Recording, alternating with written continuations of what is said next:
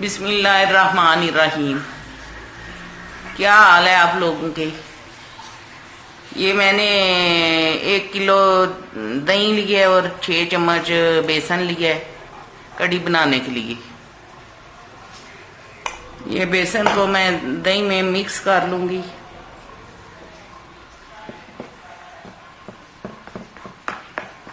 बिस्मिल्लाहिर्रहमानिर्रहीम।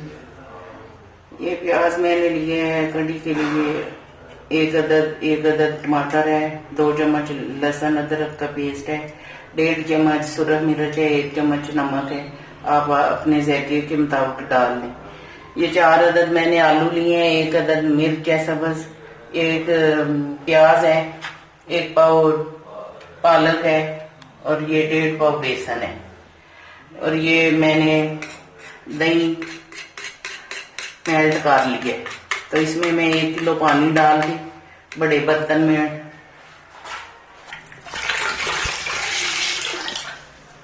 ये पानी मैंने डाल लिया 1 लीटर। और ये हाथ वाली मधानी से मैं इसको कर लूँगी। ये पकौड़े बनाने का मसाला है, तो इसके अंदर मैंने 1 चम्मच नमक, 1 चम्मच मिर्च और अजवाइन थोड़ी सी और बेसन डाल के आलू और पालक मैंने मसाला बना के तैयार कर लिए। और अभी मैं इस बर्तन में डाल दूंगी।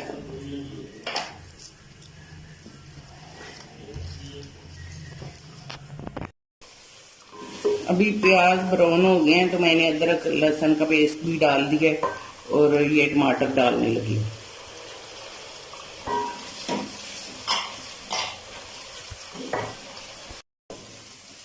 मसाला हो गया मेल्ट, तो मैं इसमें नमक मिर्च डालूंगी और थोड़ा पानी डाल के तो भूनूंगी। बिस्मिल्लाहिर्रहमानिर्रहीम। ये मसाला भून लिए मैंने, और इसमें मैं ये दही की लस्सी डाल दूँगी। ये जो घोल बना के रखा हुआ था, तो फिर पकने तक चमचा चलाती रहूँगी। कढ़ी पकने तक चमचा चलाती रहूँगी मैं।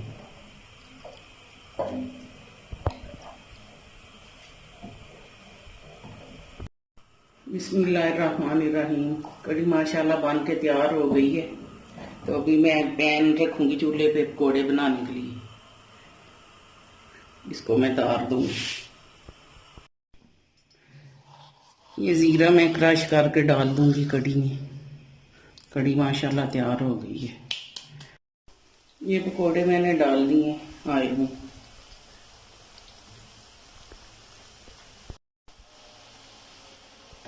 अभी मैं पलट दूंगी पकौड़ों को और गोल्डन होने तक पकाऊंगी।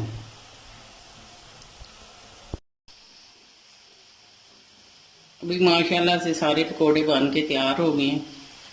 मैं निकाल लूंगी।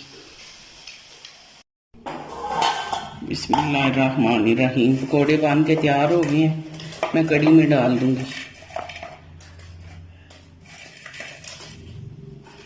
मिक्स करके